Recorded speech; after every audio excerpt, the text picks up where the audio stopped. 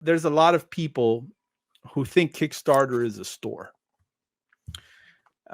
You know, I've gotten this a lot. I've seen this a lot with posts on Facebook groups and forums, you know, dialogues that people have with regards to this idea that they lost their money and they didn't get their product, or their creator's gone silent, gone dark, and hasn't communicated, or they got something that they didn't think they were going to get, or a change was made along the way. And I think that there is an inherent risk to crowdfunding that a lot of backers don't understand. I think there's a lot of times people think, oh, you know, I'm giving this person $25 and I expect to get something back in return. When the idea behind Kickstarter, the impetus behind Kickstarter, the philosophy behind Kickstarter is not that at all. The philosophy behind Kickstarter is very similar to the philosophy behind Patreon, which is to say you are showing support by pledging a certain amount of money. And those rewards that are commensurate to that pledge may or may not happen inherently if the project for whatever reason doesn't succeed or fails to get it done. Now, obviously, this also speaks to the idea of having creators that are responsible, having creators with a good reputation, doing your research and whatnot. I think some of these points the two Chris's are going to speak to, but ultimately, Kickstarter is not a store. Chris Moyer, what do you think?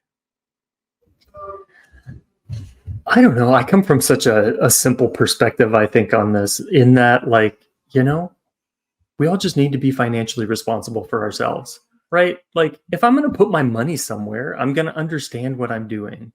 And it's going to be money that I have available for such things.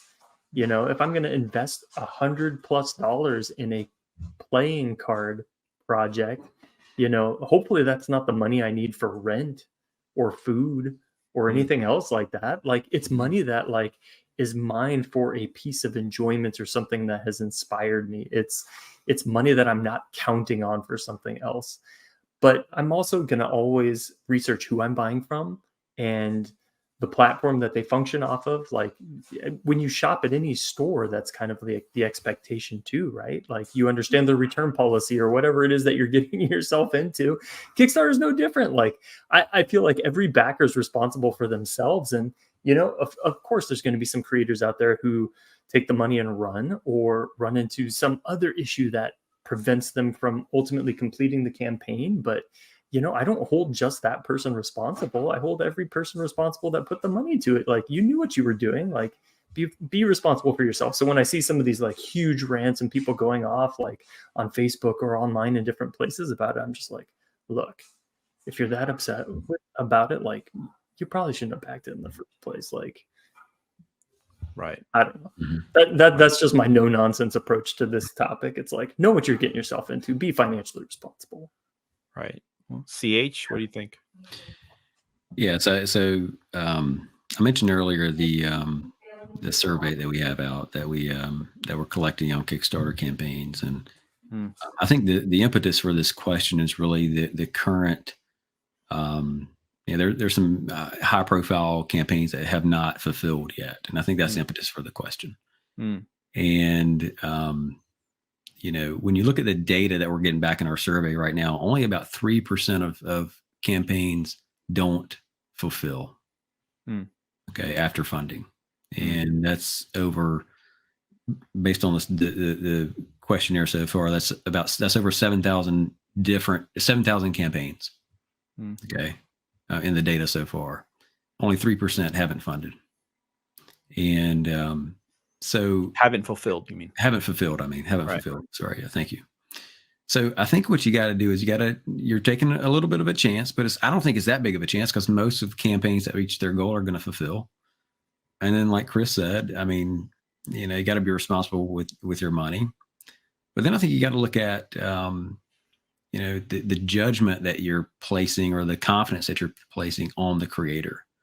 And you got to ask yourself, has this person produced anything? Have they produced anything from Kickstarter? Are they a company, right?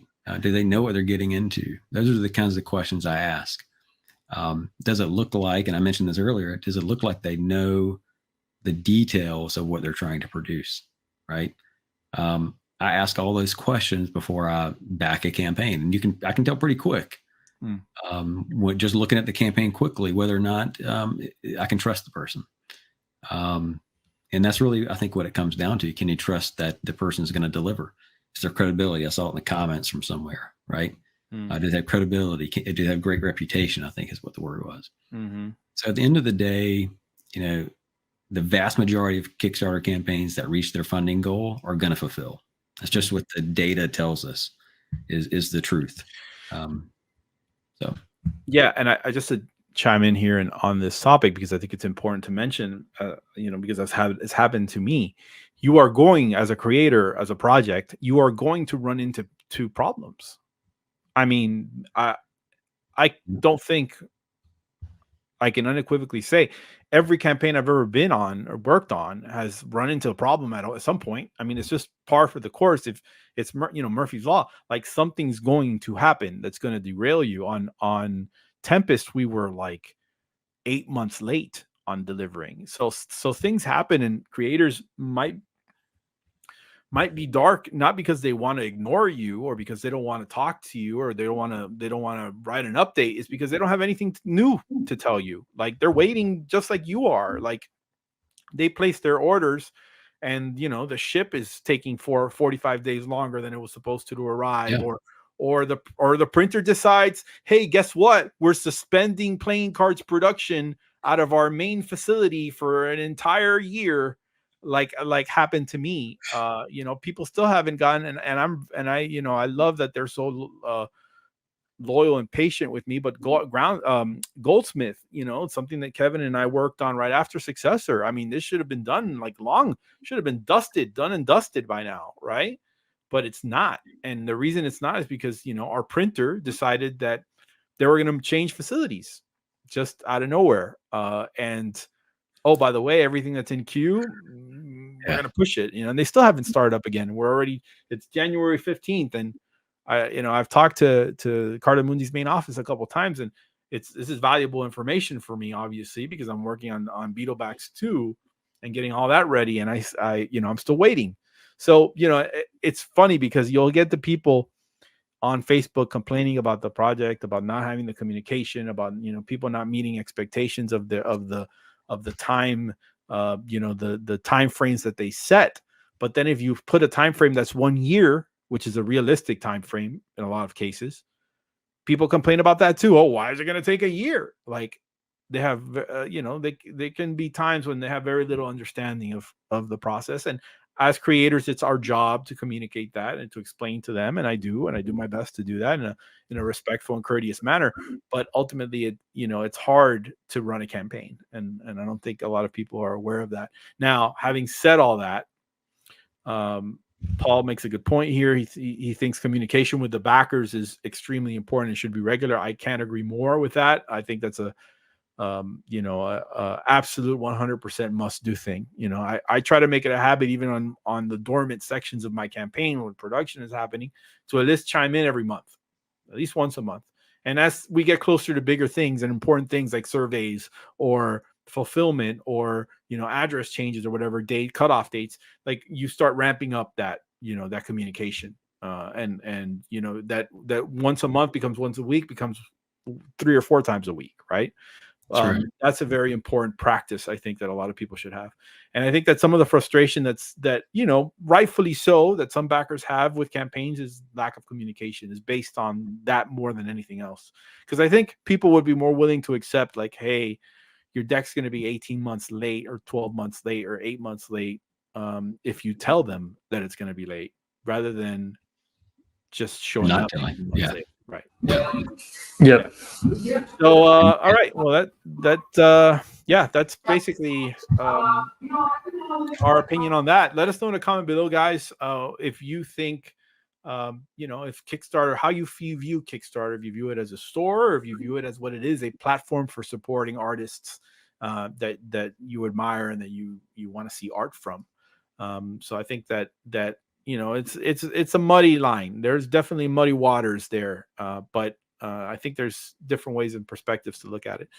Make sure to leave a comment below, like, and subscribe for more content. We're going to be shooting another Deal Me In episode. Episode number 3 will be happening on the 5th of February. Am I right, guys? 5th of February. 5th of February. Yep. We're going to do it at 8, well, a little later at 8:30 p.m. So come by and join us and be a part of that, and we'll hope to see you there. I think we're going to be tackling some cool topics as well. We're actually going to be broaching a little bit into the subject of AI, which I think is a hot button controversial topic in the world of design. We're going to have some thoughts on that. In fact, if you have any ideas for topics, please leave them below. We'd love to read them. And we will catch you next time.